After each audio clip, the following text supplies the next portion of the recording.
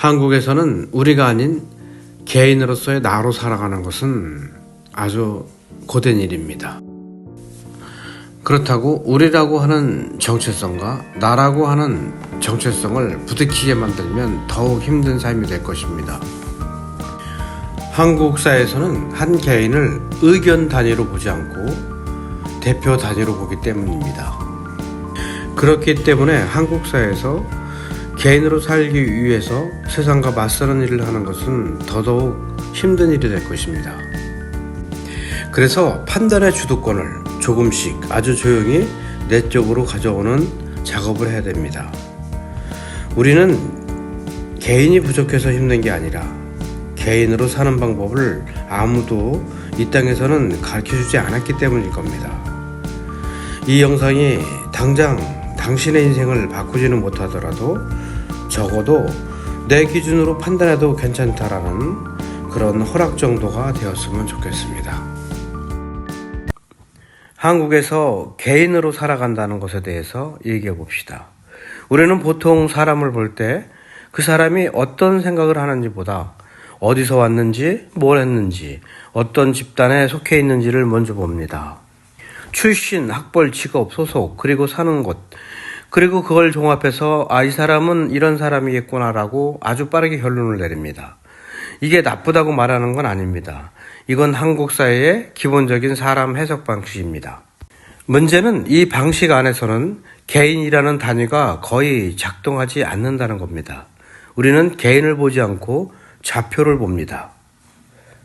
그래서 드라마도 영화도 한 인간의 고유한 가치관보다는 가족, 조직, 국가, 집단 속에서의 갈등을 더 많이 다룹니다. 그 안에서 주인공은 흔들리고 자기 기준보다는 우리가 용인할 수 있는 선택을 합니다. 저는 한국에 살면서 이 구조가 가장 숨 막혔습니다. 열심히 살지 않아서가 아니라 나만의 기준으로 살 여지가 너무 적다는 점에서 말입니다. 그래서 오늘은 그럼에도 불구하고 한국 사회 안에서 개인으로 살아가는 방법에 대해서 얘기해 보려고 하는 겁니다. 이상적인 얘기는 하지 않겠습니다. 현실에서 써먹을 수 있는 얘기만 하겠습니다. 그럼 우선 이 문제부터 짚고 넘어가겠습니다. 한국에서 개인이 약한 것은 개인의 용기나 성향 문제가 아니죠. 한국은 실패에 관대한 사회가 아닙니다. 한번 미끄러지면 다시 올라갈 통로가 좁고 낙인이 오래 갑니다. 그래서 대부분의 사람은 무의식적으로 이렇게 계산합니다. 나답게 실패하느니 차라리 남들처럼 안전하게 가자. 이것은 비겁함이 아니라 합리적인 생존 판단입니다. 한국 사회에서 성공의 기준은 대체로 이렇습니다. 남들이 인정하였는가, 비교해서 이겼는가, 체면이 서는가. 그러다 보니 질문이 바뀌어버립니다. 나는 뭘 원하는가가 아니라 이 선택이 남들 보기에 괜찮은가로 말이죠. 이 순간부터 개인은 사라지고 집단의 시선이 인생의 기준이 됩니다. 여기서 많은 사람들이 착각을 합니다. 개인으로 산다는 곧 하고 싶은 대로 산다로요. 이것은 현실에서 거의 불가능합니다. 그리고 지속하기도 힘듭니다. 아니, 불가능합니다. 개인으로 산다는 것은 판단의 기준을 내 안에 두고 외부 평가는 참고 자료로만 쓰는 상태를 말합니다.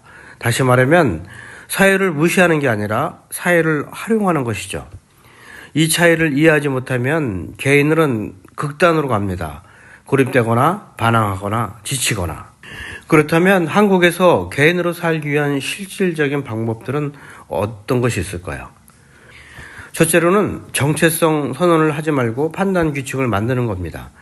한국에서 나는 이런 사람이야 라고 말하는 순간 그것은 공격 대상이 됩니다. 여러분들은 이미 극단적으로 자신의 성의 정체성을 선언하고 힘든 시기를 겪은 연예인들을 많이 봤을 겁니다. 그러므로 대신 이렇게 가야 합니다. 나는 이런 상황에서는 이렇게 결정한다. 이 기준을 넘으면 나는 하지 않는다.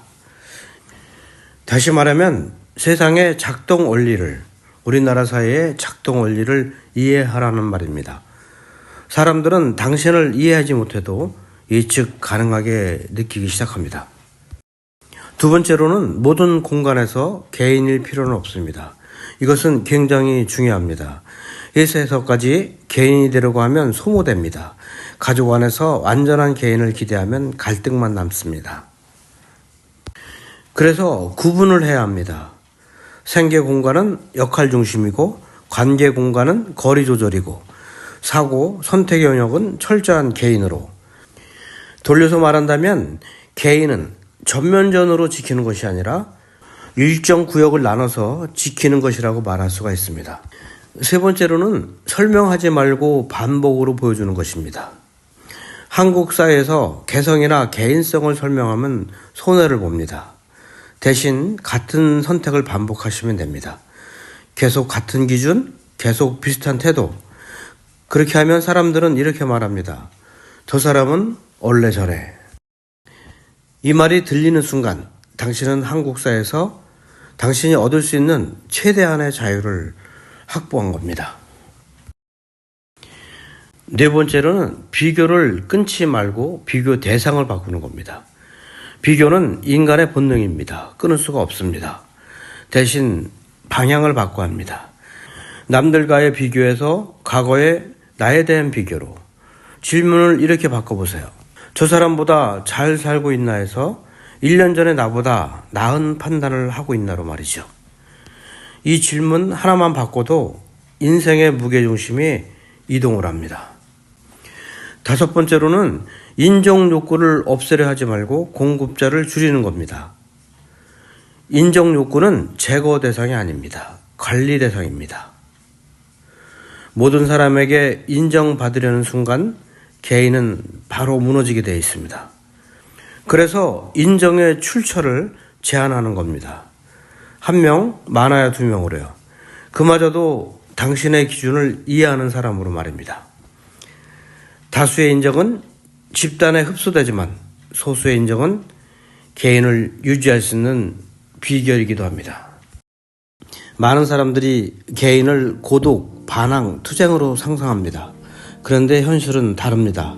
진짜 개인은 소리를 높이지 않고 설명에 집착하지 않고 조용히 기준을 유지합니다. 그리고 필요한 순간에만 사회와 협력합니다. 그것은 낭만이 아니라 기술에 가깝습니다. 한국 사회에서 개인으로 산다는 것은 세상과 맞서는 일이 아닙니다. 판단의 주도권을 조금씩 아주 조용히 내 쪽으로 가져오는 일입니다. 현실의 사회에서 조금씩 적응해 보세요. 확실히 효과가 있습니다.